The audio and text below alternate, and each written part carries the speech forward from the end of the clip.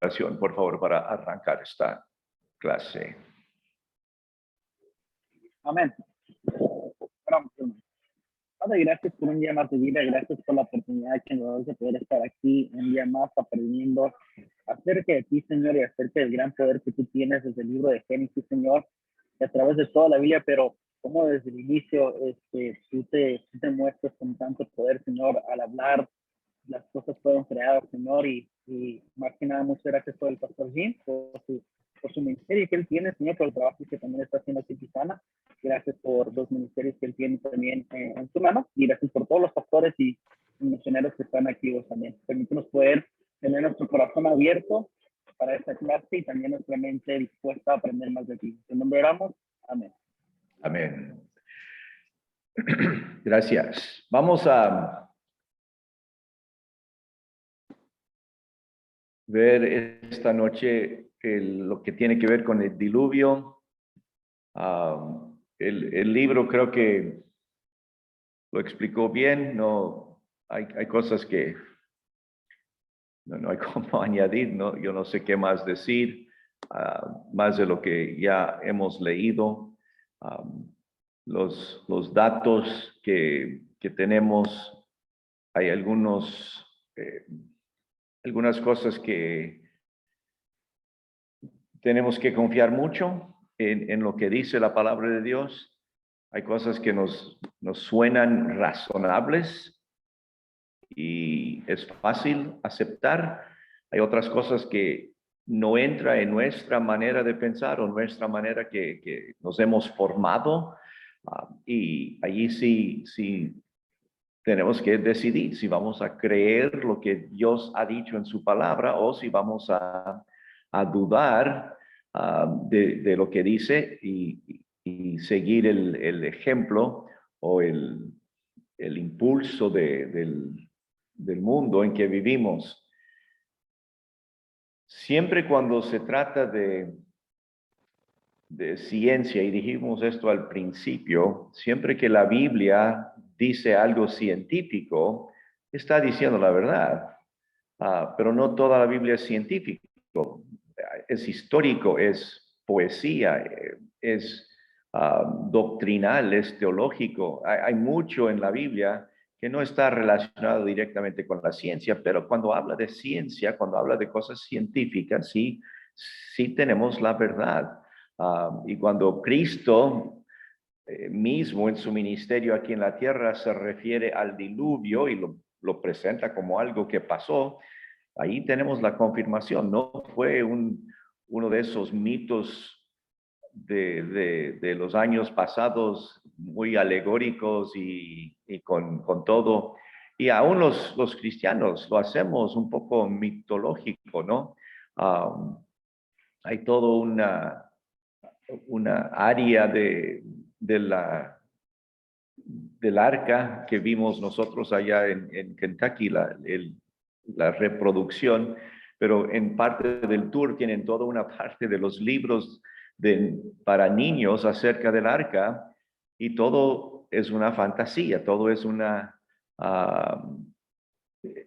en vez de apoyar los datos bíblicos, el relato bíblico, tienden a dar más de esa idea fantástica, más de esa idea ficticia o de fantasía de cómo eran los animalitos subiendo al arca y todo. Así que sí es una prueba de nuestra fe en el sentido, vamos a seguir creyendo lo que Dios ha dicho o vamos a someternos a las ideas incoherentes de la ciencia actual.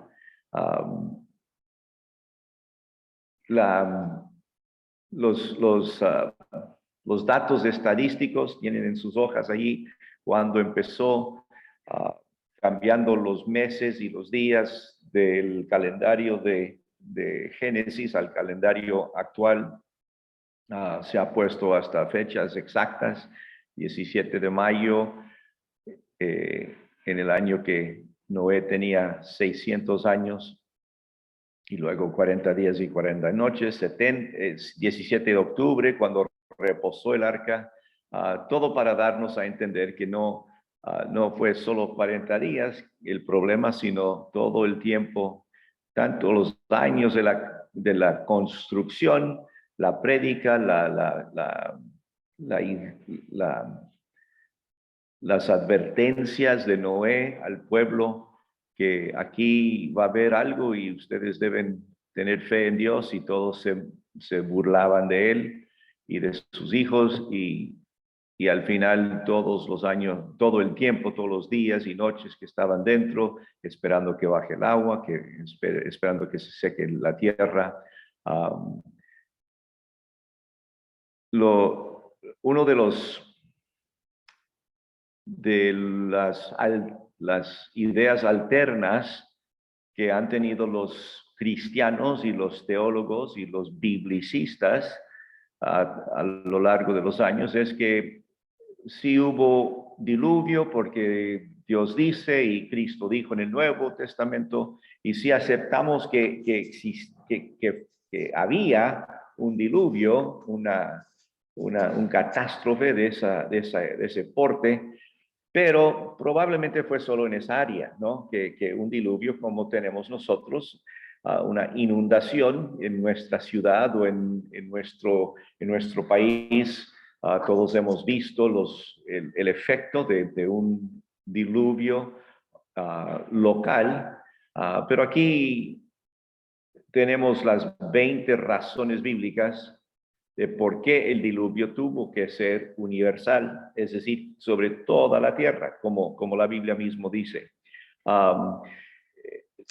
Ustedes creo que tienen en sus apuntes todo esto ya, las expresiones que subrayan la universalidad del diluvio y sus efectos aparecen más de 30 veces en Génesis 6 y 9. No es un cuento, no es una parábola, está dando muchos detalles, la forma de expresar el relato que no puede ser mejorada si la intención del escritor era describir un diluvio universal. Como descripción de una inundación de un río, el relato sería por completo exagerado y fuera de lugar.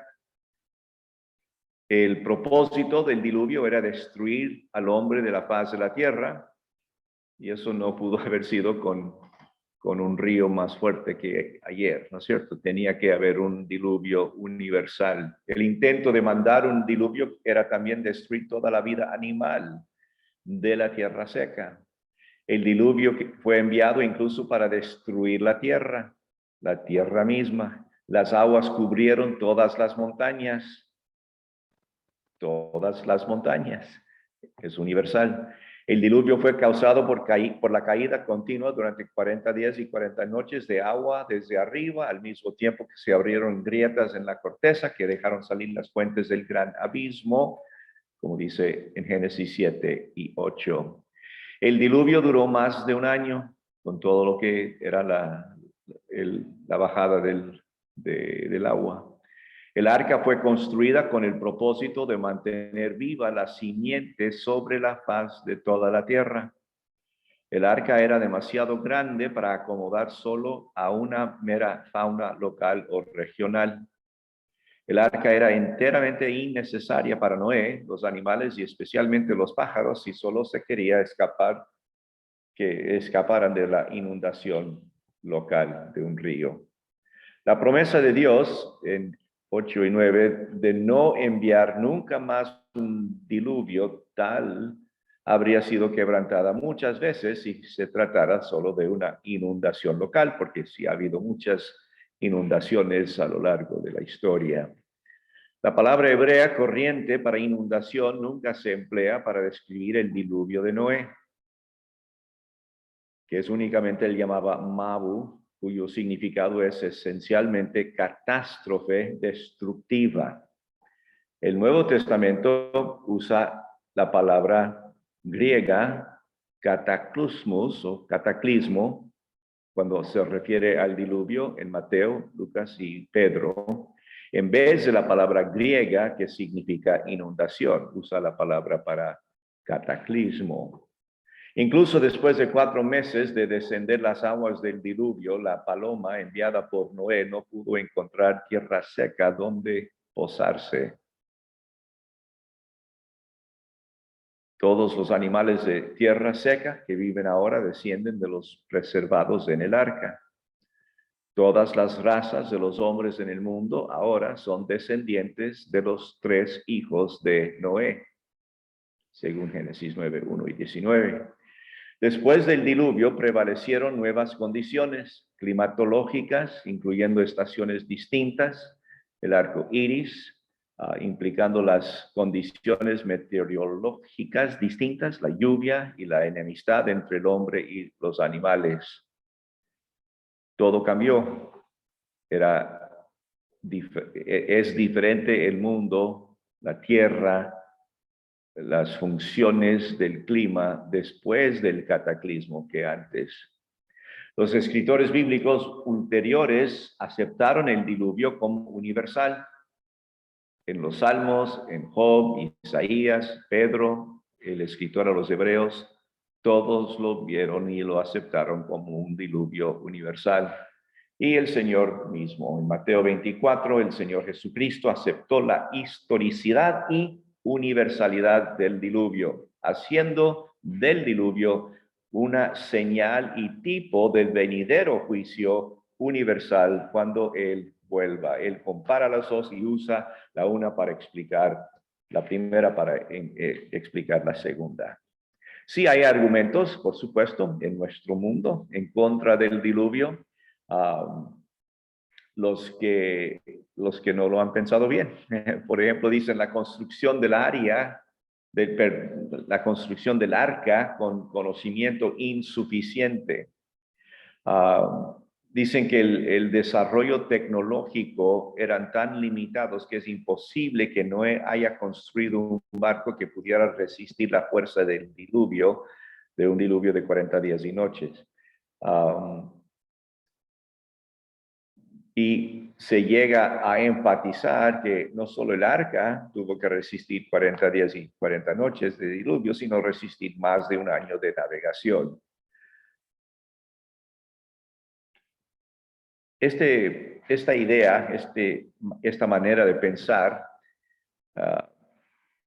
de los evolucionistas, lo basan en la idea de que el desarrollo intelectual viene de un hombre cavernario, ignorante, y en aquel entonces todos estaban andando sin poder hablar bien y no tenían letra, no tenían, no podían ser inteligentes como nosotros, y nada tiene que ver. El desarrollo intelectual del hombre de esa época es extraordinario al punto de que el hombre actual, con todo lo que sabemos ahora, con todo el conocimiento, con todo el desarrollo tecnológico, no puede explicar cómo el hombre ha transportado o ha fabricado algunas cosas de aquel entonces, de hace siglos, ¿no? Los megalitos, la Puerta del Sol, el templo en el Líbano, las pirámides, todas estas maravillas que hizo el hombre supuestamente menos intelectual o menos inteligente. Lo que no tenía es toda la tecnología, los avances que nosotros tenemos, pero los que tenemos cierta edad podemos ver en nuestra propia vida cómo todas esas cosas han multiplicado, pero el hombre mismo no es más inteligente. El hombre mismo no tiene mayores capacidades que los anteriores.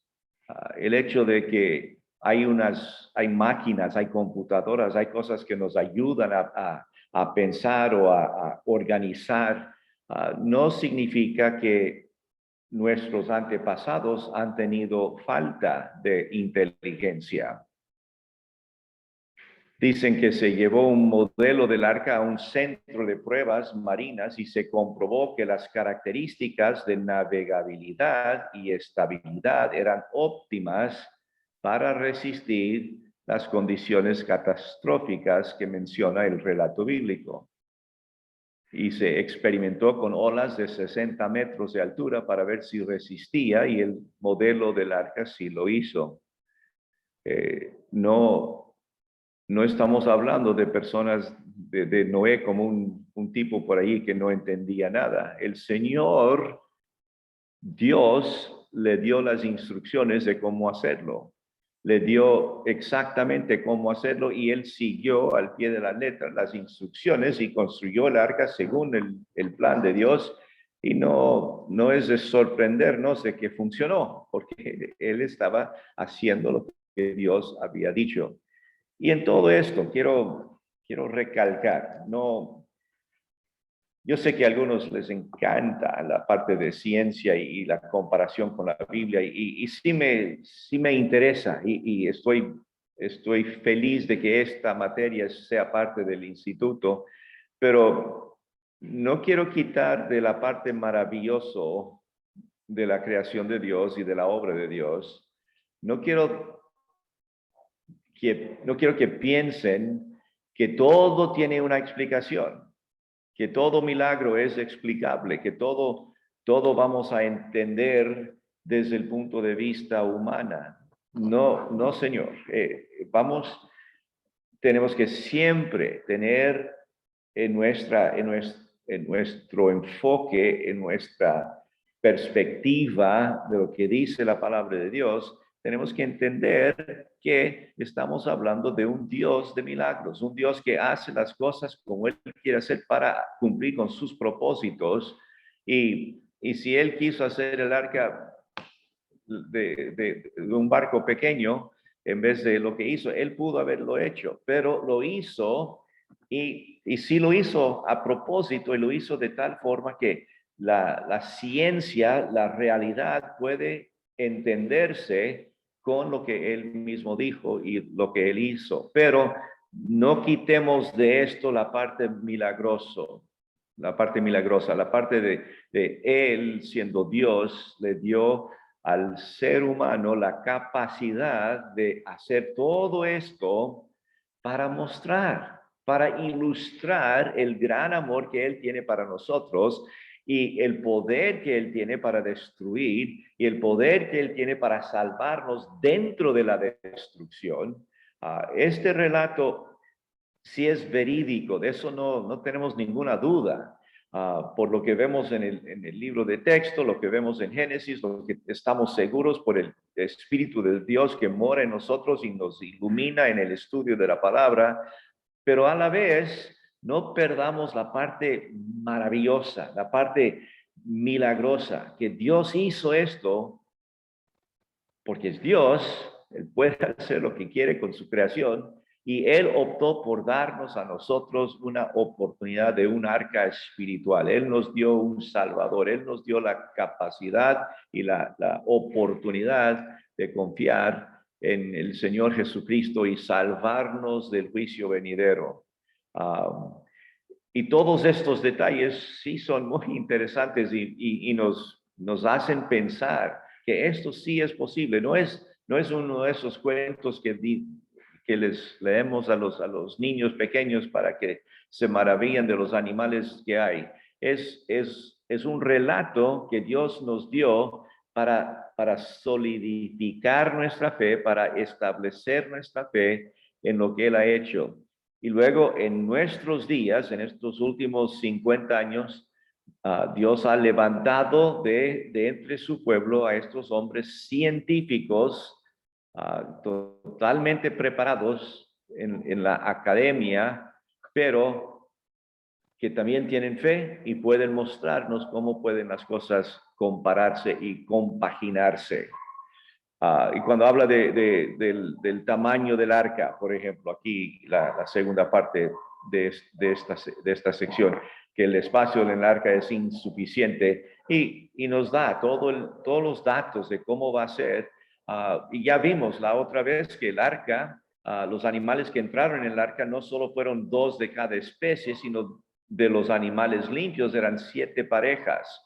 La cantidad de animales sería increíble, pero el arca era suficientemente grande porque recuerdan que están entrando no toda la familia, sino 2 de cada especie. Lo que necesitaba para alimento y agua y sustento durante más de un año, si había o no dinosaurios, todas estas cosas tenemos que ver desde la perspectiva de la realidad, del tamaño y del tamaño de los animales, de los huevos de los dinosaurios. Tiene toda esa lista allí del millón de especies en el mundo, y nos da todos los detalles. Hay una diferencia entre especie y familia, y recuerden que de todas estas especies, los animales acuáticos no entraron en el arca, y esos son 142,000 especies de animales marinos.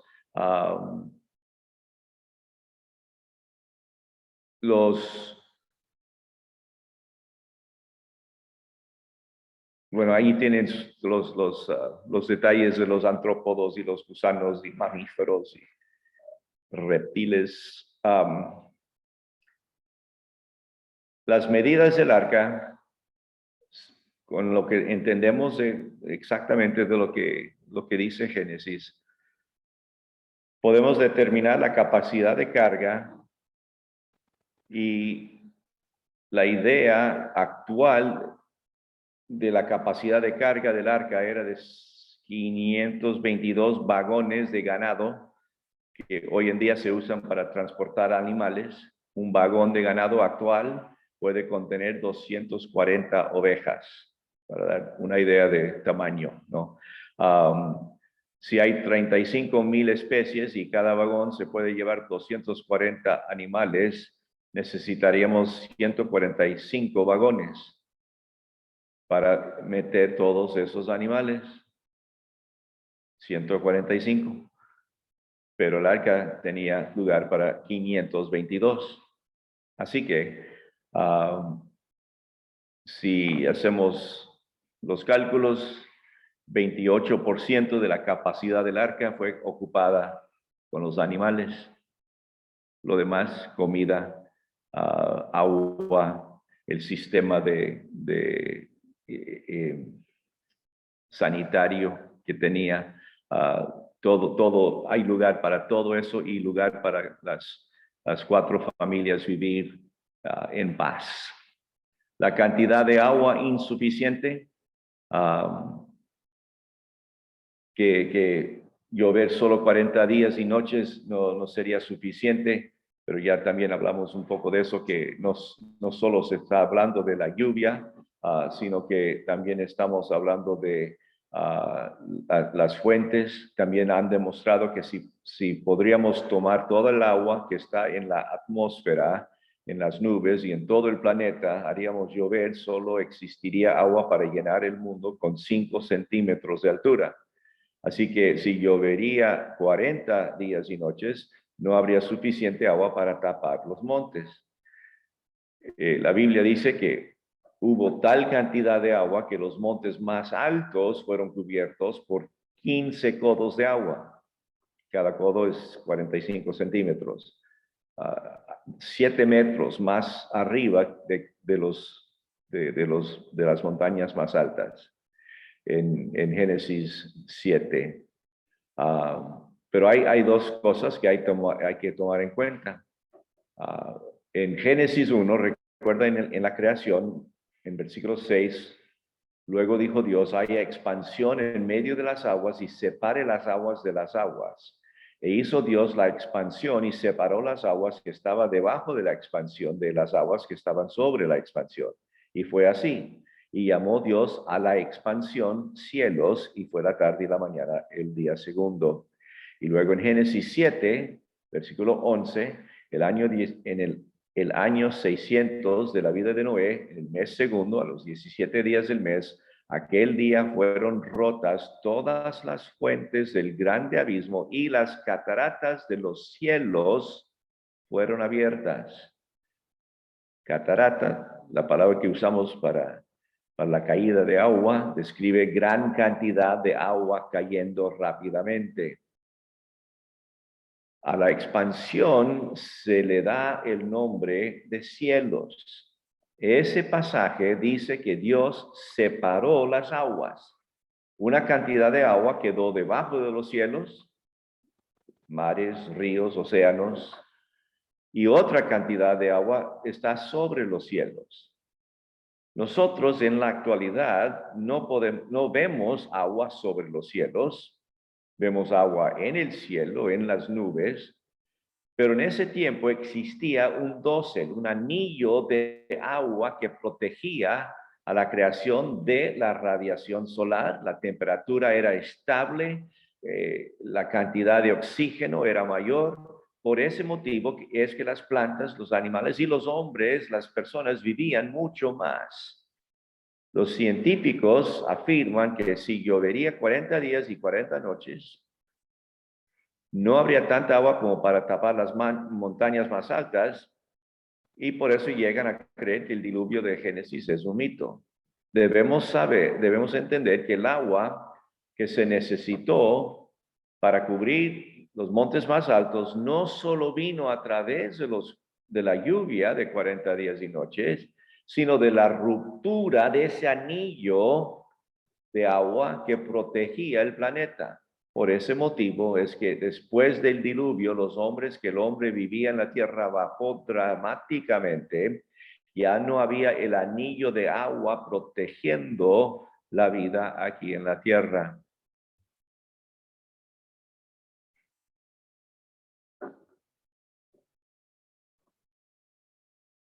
La idea de plantas, de las semillas, en versículo 6, capítulo 6 de Génesis 21, y toma contigo de todo alimento que se come y almacénalo y servirá de sustento para ti y para ellos. Es muy probable que llevaran semillas en el arca. La objeción que se pone en cuanto a la supervivencia de las plantas es que al ser expuestas por mucho tiempo al agua, hubiera sido fatal para todas las plantas, pero debemos recordar que el nivel de sal en el agua de mar era muchísimo menor. Recuerde que la salinidad del mar fue disuelta en parte por toda la cantidad de agua dulce depositada en las nubes y todo el agua dulce que se encontraba en el dosel. Así que no era el agua no era tan salado como es el mar ahora. Y los puentes del gran abismo. El 7:11 dice: el año 600 de la vida de Noé, en el mes segundo, a los 17 meses, a los 17 días del mes, aquel día fueron rotas todas las fuentes del grande abismo. El agua que inundó la tierra no solo vino del cielo, ni el anillo de agua. Las fuentes del gran abismo inundaron también la tierra. Grandes cantidades de agua saliendo del mar para inundar la tierra.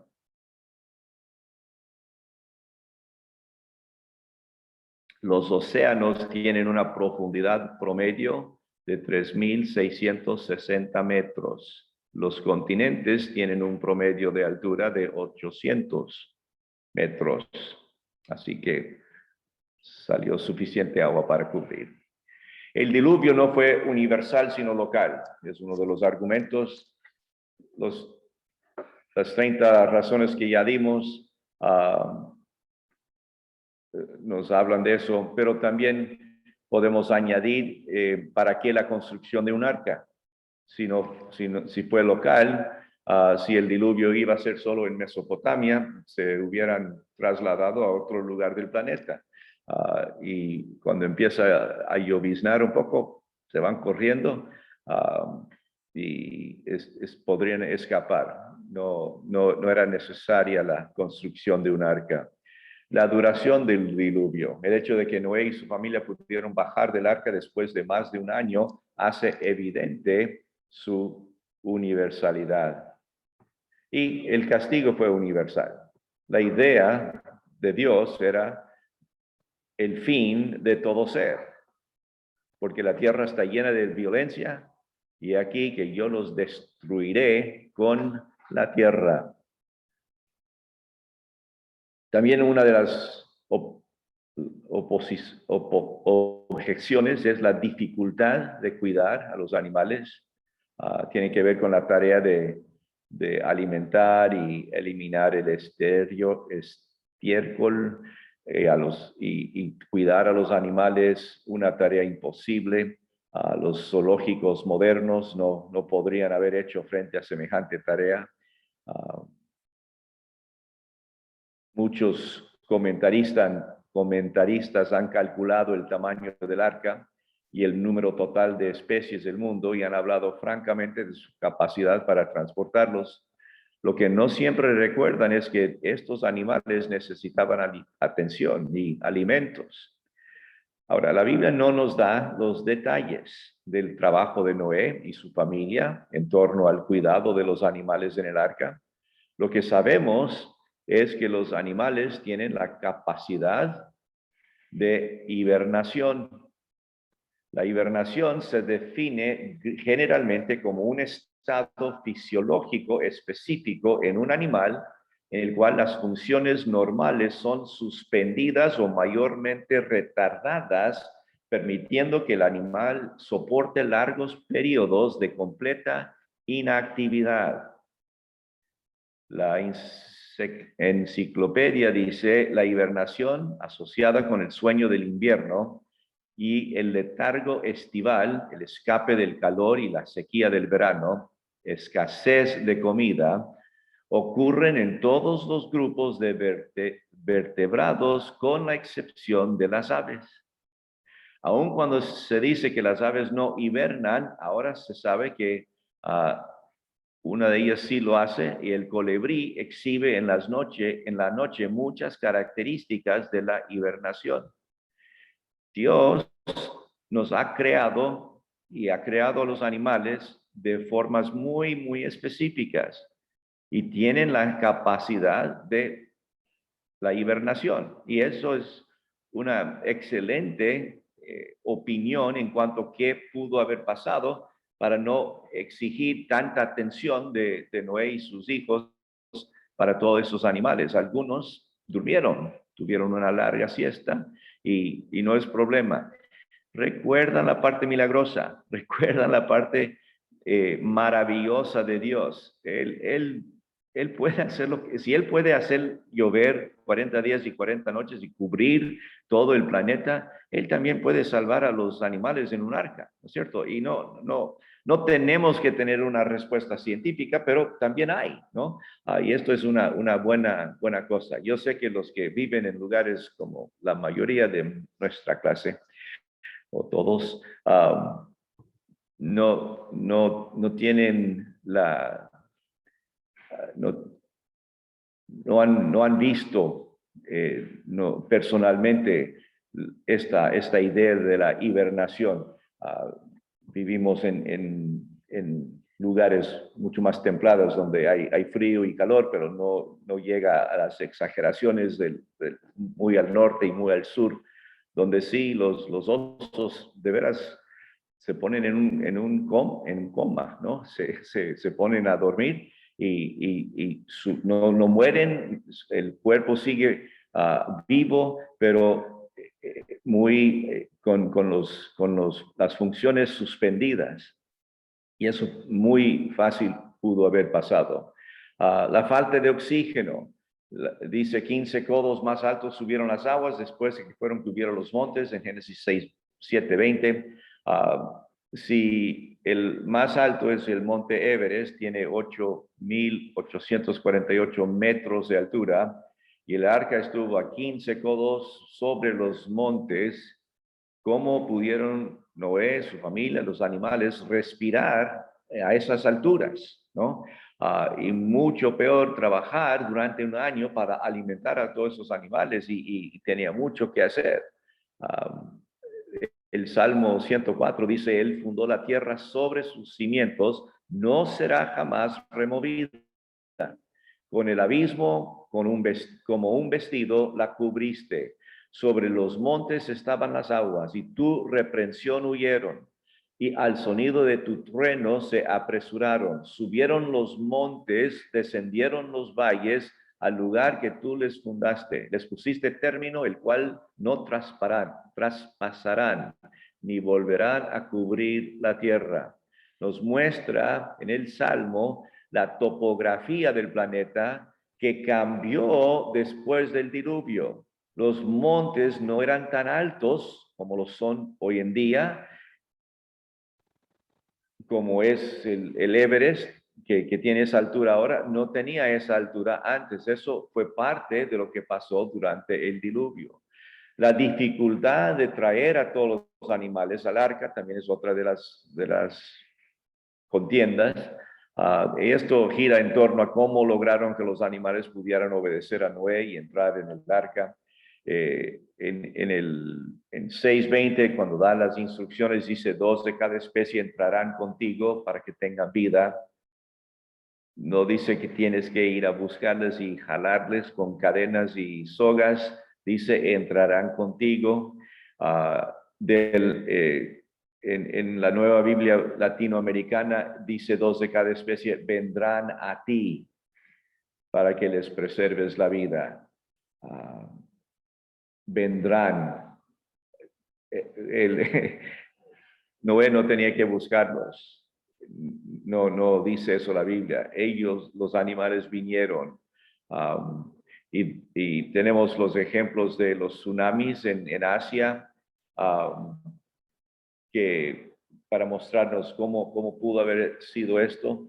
Hubo un terremoto de 9 puntos en la escala de Richter que sacudió Sumatra en 2004, y luego enseguida vino el tsunami que fue tremendo, con muchos muertos. Y dicen que los elefantes que trabajaban en la playa llevando turistas de un sitio para otro, empezaron a emitir lo que parecía ser un llanto desesperado. Y todos los intentos de sus cuidadores para calmarlos resultaron infructuosos. Los elefantes, cargados con sus turistas, iniciaron una carrera hacia el interior. Incluso los que no estaban trabajando rompieron sus cadenas y salieron corriendo detrás del grupo. Lo mismo pasó en el tsunami en Sri Lanka. ¿Qué pasa? La verdad es que los animales presintieron el desastre y buscaron el refugio en terrenos más altos antes de que llegue el tsunami. Los animales tienen esos presentimientos, esas reacciones. Ellos saben. Ustedes que viven en Ecuador, recuerdan, todos recordamos cuando hay un terremoto, cuando algo pasa, luego nos damos cuenta que enseguida, nos damos cuenta después que en ese rato sí había mucho ladrar de perros por todas partes, que los animales en la casa se ponen nerviosos, que antes de que sentimos nada, antes de que llegue el terremoto, ya hay una idea de que algo va a pasar. Es parte de la naturaleza del animal encontrar la salvación del peligro, ¿no es cierto? Y pueden hacerlo. Si lo hacen ahora, en estos casos, muy fácilmente pudo haber sido lo mismo cuando era tiempo de subir al arca. Uno de los expertos que estaban allí en Sri Lanka después, estaban perplejos al no encontrar evidencias de muertes de animales. Había personas, había muchas, pero habían olas gigantes que llegaron hasta 3 kilómetros de adentro en el Parque Nacional, el hogar de cientos de elefantes y felinos, y no encontraron ni uno muerto. Los animales presintieron el desastre, buscaron un refugio en los terrenos altos de la isla antes de que el tsunami azotara la zona. Y uno de los que estaban allí dijo, el mar ha devuelto a cientos de personas, pero no hay ningún elefante muerto, ni siquiera un felino o una liebre. Sí hay animales domésticos, perros, gatos o vacas, pero no hay ejemplares silvestres. Dios creó a los animales con ese presentimiento. Así que una de las posibles respuestas a cómo llegaron, Dios les advirtió, ¿no? Ya está pendiente, algo va a pasar y empezaron a llegar. No sé si llegaron 3 o 4 y tenían que pelear por las únicas entradas que había, pero no es problema con el Señor que hayan llegado. La idea de raza, creo que vamos a tratarlo después, pero no estoy de acuerdo con lo que vemos aquí.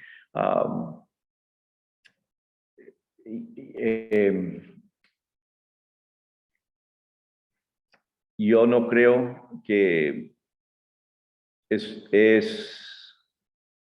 bueno, no importa lo que yo creo, ¿no es cierto? Lo que importa es terminar esta noche. Así que vamos adelante. Cuando llegamos al otro capítulo hablaremos un poco de la raza, porque sí es un tema un poco candente en estos días, pero escuché a un profesor cristiano científico y dio algunas ideas que a mí me parecieron mucho más fuertes, mucho más racionales.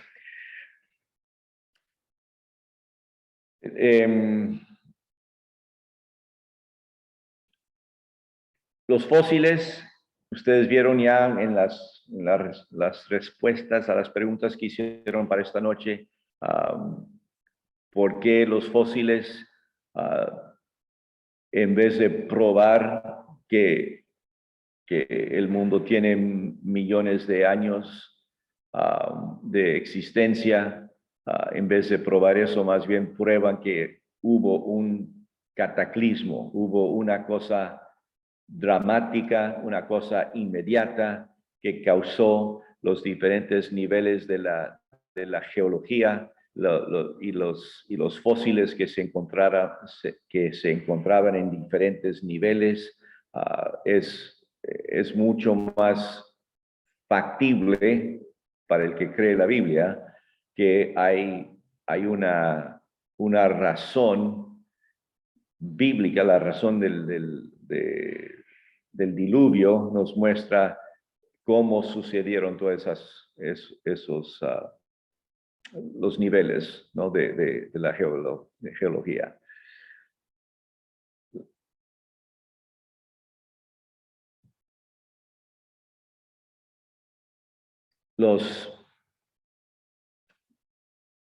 Voy a leer esta parte. Los fósiles dan un registro del cambio evolutivo a lo largo de 3.000 millones de años en la escala de tiempos geológicos y muestra el orden con que aparecieron los organismos en los diferentes niveles, ¿no?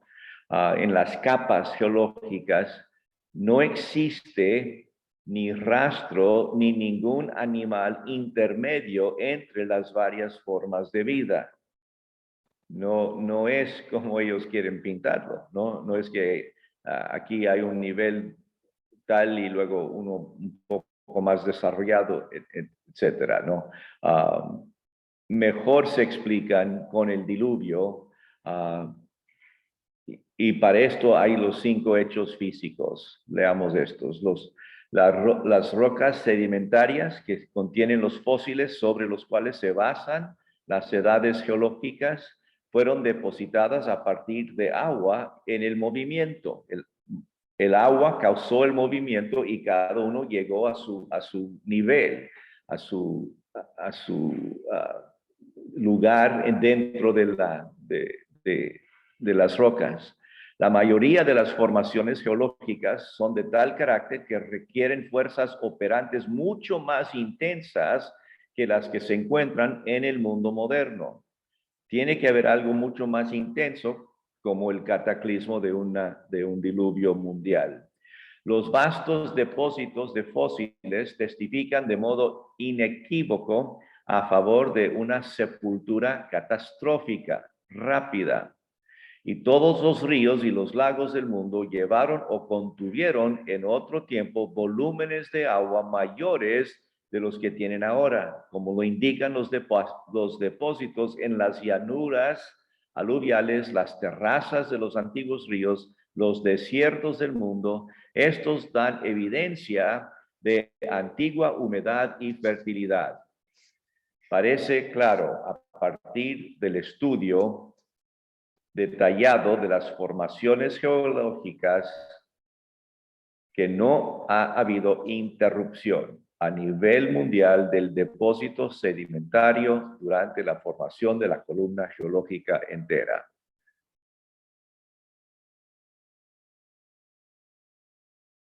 La conclusión. En el principio, Dios creó los cielos y la tierra.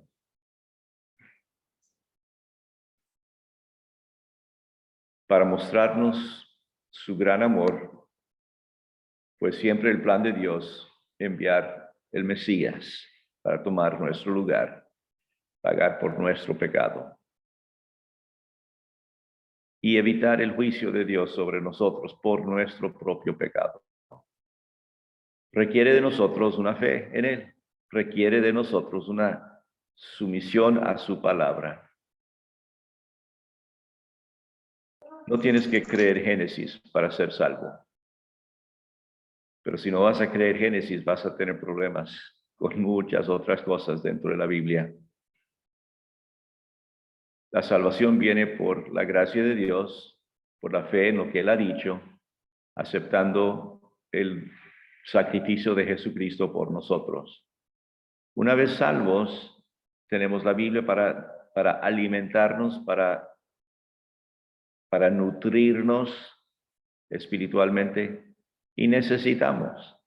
Pero dentro de ese proceso de maduración, en ese proceso de espiritualidad, de crecimiento, de discipulado, sí tenemos que aceptar que Dios es Dios y Él hace las cosas como Él quiere. Y a veces nos da esta pequeña bendición de poder entender, y a veces no. Sus maneras, su nivel de entendimiento es más alto que el nuestro. Y no está obligado a explicarnos nada.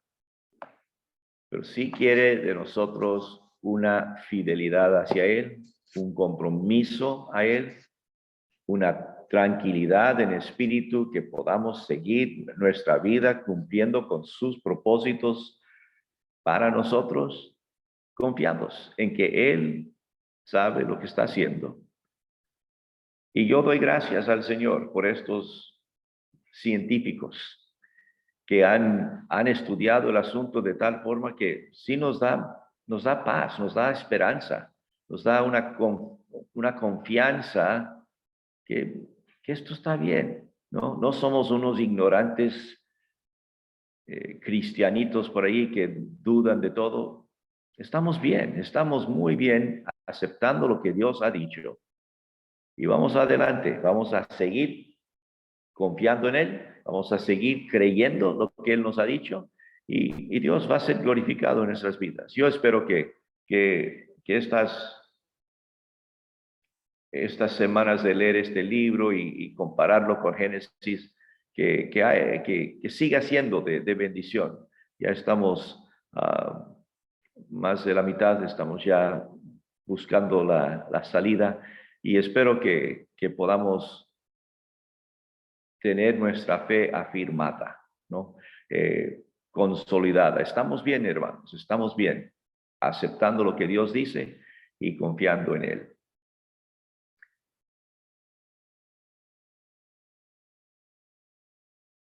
Son las 5:30.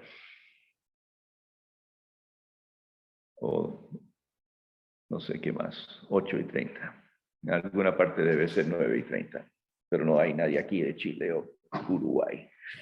Vamos a pedir la bendición de Dios sobre lo que hemos visto. Padre, te doy gracias porque tu palabra es verdad.